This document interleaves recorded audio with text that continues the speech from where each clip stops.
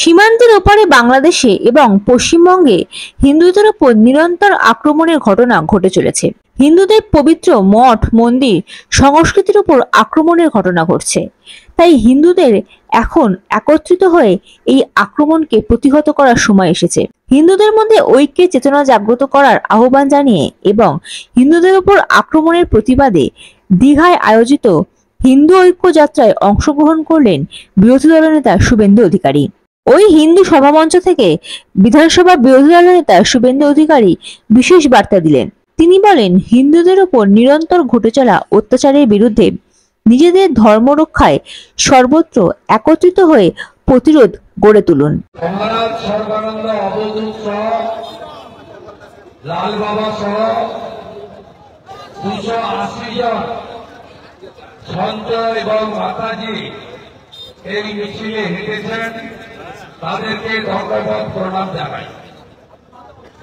হিন্দু শহীদ হরগোবিন্দ দাস, চন্দন দাসের পরিবার সুদূর মুর্শিদাবাদের ধলিয়ান থেকে এখানে এসেছেন, তাদেরকে এবং এই রাজ্যে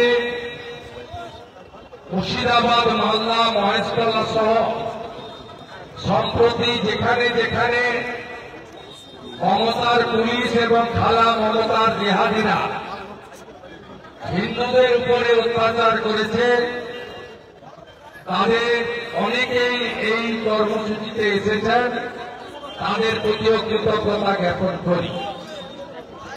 আমাদের রাষ্ট্রবাদী সংগঠনের প্রথম সারির অনেক প্রমুখ তপন মাইতি, দীপেন্দ্র অধিকারী, বনশ্রী মাইতি, চন্দ্রশেখর মন্ডল, ভাস্বতী শঙ্কর সহ সকলকে আমি আন্তরিক কৃতজ্ঞতা এবং ধন্যবাদ জানাই। আপনারা জানেন যে আমরা হিন্দু ঐক্য যাত্রা এখানে করলাম শ্রাবণ মাসে, যে মাস মহাদেবের মাস। এই মাসে সনাতনী হিন্দুরা জলাভিষেক করেন এবং মহাদেবের মন্দিরে, শিবলিঙ্গে, বাবার মূর্তিতে, ত্রিশূলে, বাবার বাহনের মাথায় তারা পুষ্পাঞ্জলি, জল দুধ ইত্যাদি অর্ঘ্য দিয়ে তারা এই পবিত্র মাস উদযাপন করেন। আর একটু দূর গেলে বাবা চন্দনেশ্বর ধাম, যেখানে লক্ষ লক্ষ শিব ভক্তরা প্রত্যেক বছর, বিশেষ করে আমাদের যে চৈত্র সংক্রান্তিতে নীল এবং চড়কে গাজন হয়, ভক্তা হিসেবে অংশগ্রহণ করে। এর বাইরেও চন্দনেশ্বর ধামে গোটা ভারতবর্ষ, পশ্চিমবঙ্গ, উড়িষ্যা থেকে ভক্তরা প্রত্যেক দিন আসেন এবং তাদের মনস্কামনা পূর্ণ হলে সেখানে মহাদেবের কাছে বিশেষ পূজা আরতি করেন। আমরা এই দিনাজে পবিত্র ভূমি, যা পশ্চিমবঙ্গের প্রকৃত রূপকার ডাক্তার বিধানচন্দ্র রায়ের মানসকন্যা ছিল, সেই দীঘা আমরা এখানে এসেছি। আমাদের একটাই বক্তব্য যে 4 ধামের এক ধাম হচ্ছে পুরী ধাম। পুরী ধামের অপমান আমরা হিন্দুস্থানের হিন্দুরা কখনো মেনে নিতে পারি না। আমরা ভারতবর্ষের সংবিধান জানি। আমি আপনাদের আশীর্বাদে একাধিকবার এমএলএ এবং এমপি জিতেছি। ভারতবর্ষের সংবিধান প্রণেতা ডক্টর বাবা সাহেব আম্বেদকর, তিনি সংবিধানে বলে গেছেন, কোন সরকার বা জনপ্রতিনিধির অর্থে কোন ধর্মীয় প্রতিষ্ঠান গড়ে তোলা যায় না। তারা ভারতবর্ষের সংবিধান মেনে সকলের জন্য কাজ করবেন।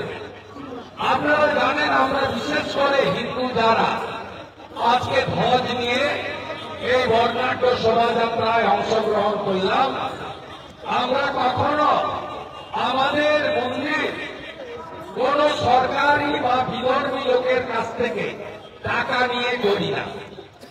আপনারা জানেন 500 বছরের স্বপ্ন পূরণ হয়েছে।